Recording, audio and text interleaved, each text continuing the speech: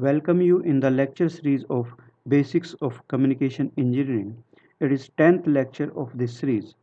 In previous lecture we have discussed about different detection processes of amplitude modulated signal by which we can recover our baseband signal. In this lecture I would like to discuss about double sideband suppressed carrier, amplitude modulation and demodulation. The outline of this lecture are time domain representation of DSBSC signals, frequency domain representation of DSBSC signals, generation of DSBSC signal using balanced modulator and ring modulator, and also detection of DSBSC signals using coherent detection, Costas loop, and the squaring loop. In this lecture, I will discuss only the coherent detection, and with this lecture you will able to explain the DSB-SC AM signal and different methods of DSB-SC signal generation and also the different methods of DSB-SC signal detection.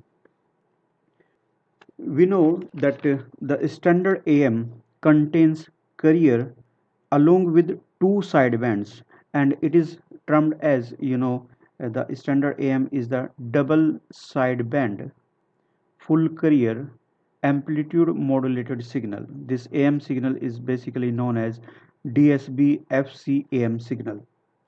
The transmission of DSB FC AM signal is inefficient because two-third power is being wasted in carrier, which carries no information. So if the carrier is suppressed and the saved power is distributed to the two side bands, then such a signal is known as double sideband suppressed carrier amplitude modulated signal. Let the modulating signal xt is am cos 2 pi fmt and the carrier is ac cos 2 pi fct. Mathematically, we can represent the equation DSB-SC wave as a product of modulating and carrier signal xt into ct, and it will be am ac cos 2 pi fct into cos 2 pi fmt, and using the formula 2 cos a cos b cos a plus b plus cos a minus b, we can get 1 by 2 am ac cos 2 pi fc plus fmt plus cos 2 pi fc minus fmt. So this is the DSB SCAM signal, and here you can see whenever X changes sign, here the X is going to change sign, the DSB-SC modulator signal suffers from 180-degree carrier phase reversal. Such a thing does not happen in AM unless over-modulation takes place. We can see that a simple envelope detector using a diode cannot be used for recovering the message signal from DSB-SC signal.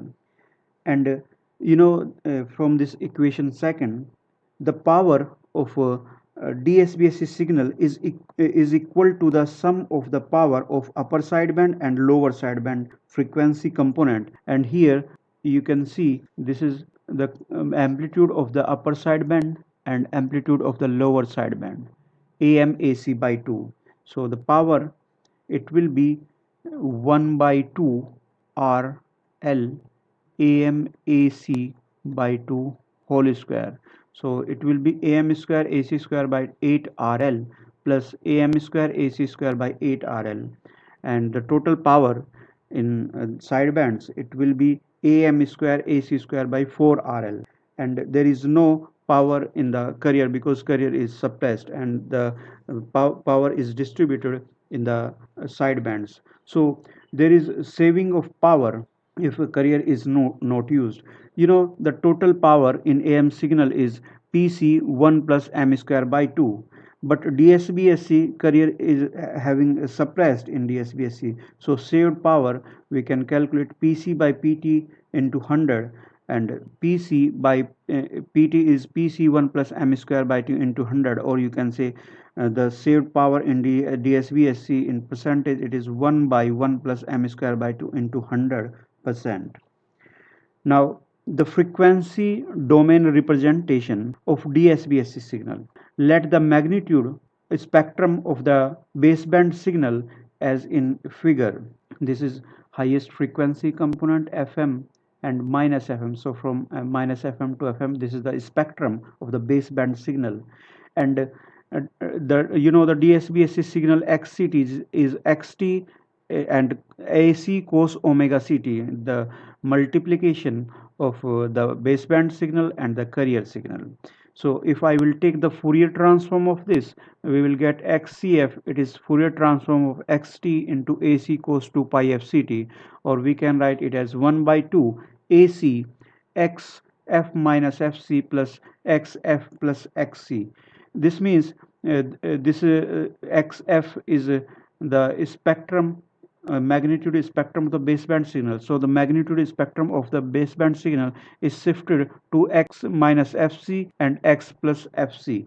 So now the plot of this XCF, it will be the magnitude spectrum. This spectrum is shifted to left and right in both sides and centered with Fc, and from Fc plus Fc minus Fm to Fc plus Fm, and in the left side it is from minus Fc plus Fm to minus Fc minus Fm, and this is upper sideband and this is lower sideband.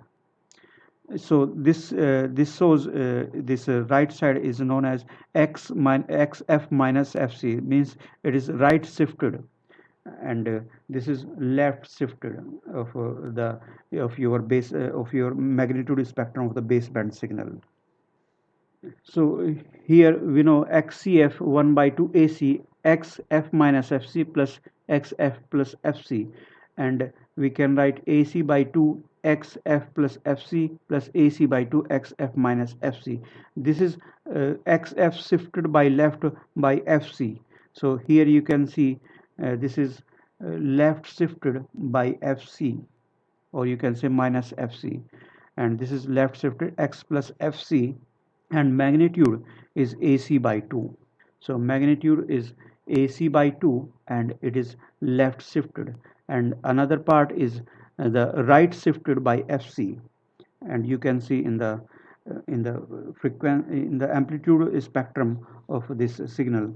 The frequency spectrum of DSBSC does not contain the carrier.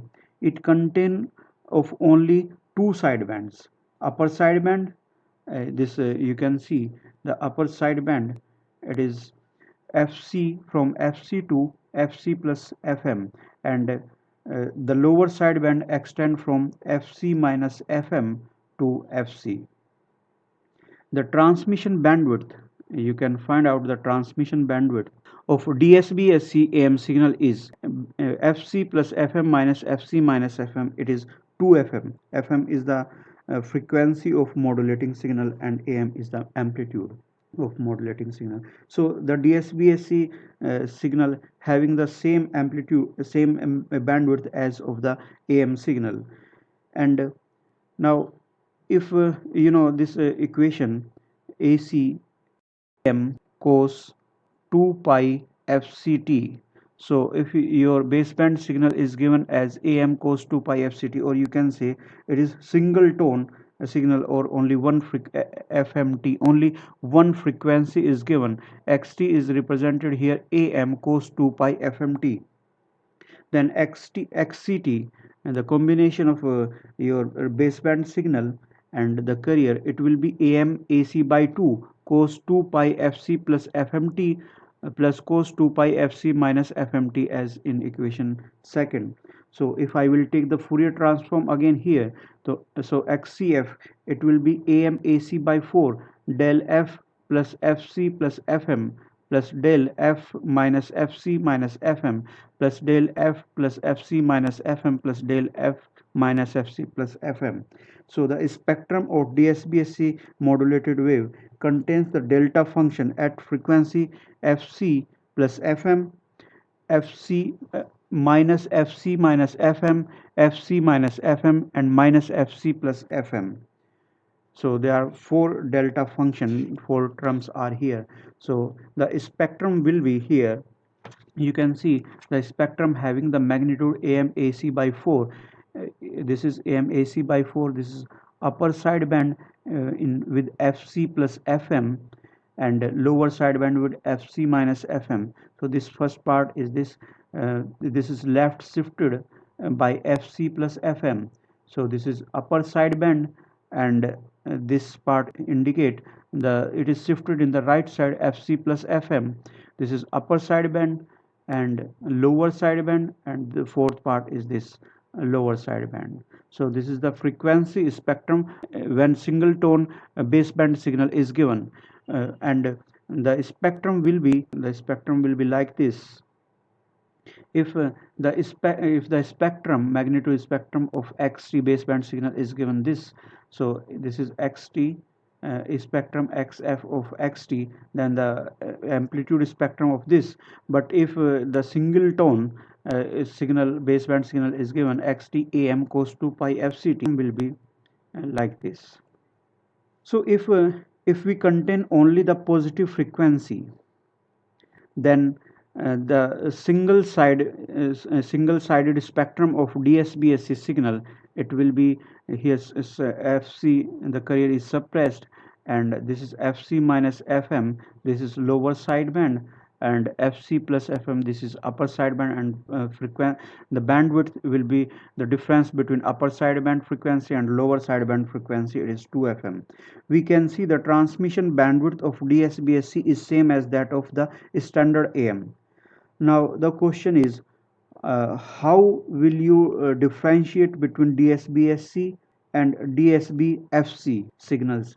Means carrier is suppressed or not. The time domain display of DSB FC signal with M is equal to 100%, and DSB SC signal looks like exactly same. As you know, when we have done M is equal to 1, means 100% modulation, this is the amplitude modulated signal with A minimum 0, and here DSB SC signal is same like this. So the only difference is that the DSB SC carrier undergo 180-degree phase reversal, phase shift here, and so this is only one difference between DSB SC and DSB FC. Now the generation of DSB SC signals. There are two types of modulators, balanced modulator and ring modulator, to generate DSBSC signals. So first we will discuss balanced modulator. This is the balanced modulator for DSBSC signal generation. This is the block diagram. The balanced modulator consists of two identical AM modulators M1 and M2. These two modulators are arranged in a balanced configuration in order to suppress the carrier signal. So it is known as balanced modulator. The same carrier signal CT, AC cos 2 pi FCT, is applied to both AM modulators M1 and M2. The baseband signal XT is applied as it is to M1, and its inverted version minus xt is applied to the AM modulator M2. At the output of modulators M1 M2, we will get standard AM signals, DSB FC AM standard signal, and here then they are applied to the summer block to produce the DSB SC output. So here the output of AM, it will be the AM signal, it will be AC 1 plus MXT cos 2 pi FCT, and here this is AC 1 minus MXT, because here we are applying minus XT cos 2 pi FCT. Now here we will take the sign of XCT minus and sign of XC1T is plus, then we will get DSBSC output. So here you can see output of M1 is AC 1 plus MXT cos 2 pi FCT, and output of M2 XC2T, it is AC 1 minus MXT cos 2 pi FCT.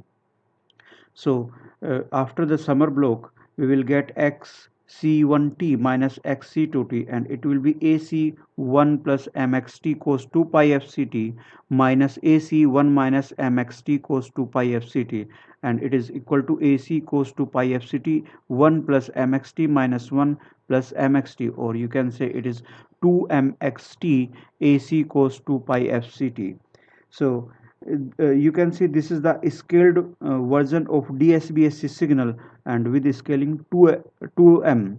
So here you can see this is the DSBSC signal, the product of the baseband signal and the carrier signal, and this is only the scaled factor here. So we can say that we have produced the DSBSC signal using balanced modulator here. Now the another modulator is the ring modulator. This figure shows the diagram of the diode ring modulator. It consists of four diodes, an audio frequency transformer T1 and an RF transformer T2. The message signal is applied to the input of the transformer, and whereas the carrier CT is applied between the two central tape transformers. This is a carrier applied here. And for the positive half cycle of the carrier signal, for this positive half cycle, the diode D1 are switched on. On the other hand, diode D2 and D4 are switched off. They are switched off in this case, and the message signal is multiplied by plus 1, that is xct will be in phase with xt. And for the negative half cycle, the diode D1 and D3 are off, and diode D2 and D4 are switched on. In this case, the message signal is multiplied by minus 1, that is 180-degree phase shift in DSBSC signal. If the carrier is a squared wave with the frequency fc, then the Fourier series representation of this carrier, it will be 4 by pi summation minus 1 is to the power n minus 1 by 2 n minus 1 cos 2 pi fct 2 n minus 1, and the ring modulator output will be xt into ct, and it is 4 by pi summation minus 1 is to the power n minus 1 by 2 n minus 1 cos 2 pi fct 2 n minus 1 xt. And it can be seen that there is no output from the modulator at carrier frequency, so the carrier is entirely eliminated. And if we want to see the waveforms, this is the modulating signal, and this is the carrier signal. And when diode D1 and D3 on and D1 D3 on, then we will get this red strip, and when diode D2 and D4 on, then we will get 180-degree phase reversal, and we will get this green strip. And this is the signal at the primary of transformer T2, and at the output of transformer T2, the DSBSC output will be looks like this, and this is the phase reversal, 180-degree phase reversal of the carrier. Now we will discuss the detection of DSBSC signal. The process of extracting an original message signal from DSBSC signal is known as detection or demodulation of DSBSC signal. There are two types of demodulators detectors used for demodulating DSBSC signals are coherent detector and Costas loop. Now we will discuss the coherent detector. The coherent detector for DSBSC signal is in figure. Here the same carrier signal which is used to generate the DSBSC signal is used to detect the message signal. So we are using that generate the same carrier that we have used at the transmitter side. In this, the message signal can be extracted from the DSBSC signal by multiplying this DSBSC signal with the carrier having the same frequency and phase of the carrier used in the DSBSC modulation. The resulting then passed through the low pass filter, which eliminates all the unwanted frequency component and produce the desired message signal. Let the DSBSC signal at the input to the product modulator XCT, it is AC cos 2 pi FCT into xt. This is the product of the baseband signal and the carrier signal. Let the output of the local oscillator C dash t, it is AC cos 2 pi fct plus phi. Phi is basically we have used the phase difference between the local oscillators signal and the carrier signals used at the transmitter side.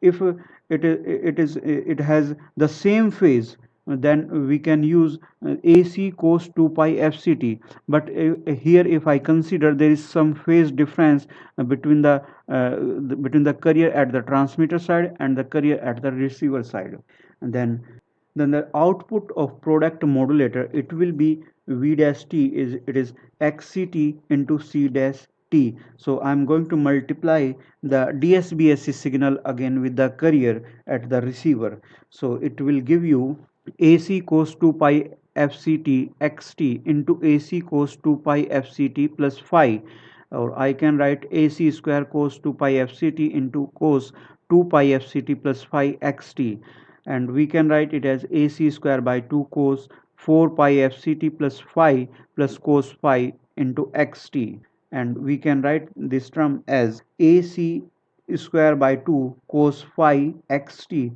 plus AC square by 2 cos 4 pi fct plus phi xt, and this first term is a scaled version of the message signal. So you can see this is the message signal xt AC cos phi, and this second term is an unwanted signal. So here we have the message signal xt, and this is the scaled version and scaled by AC square by 2 cos phi.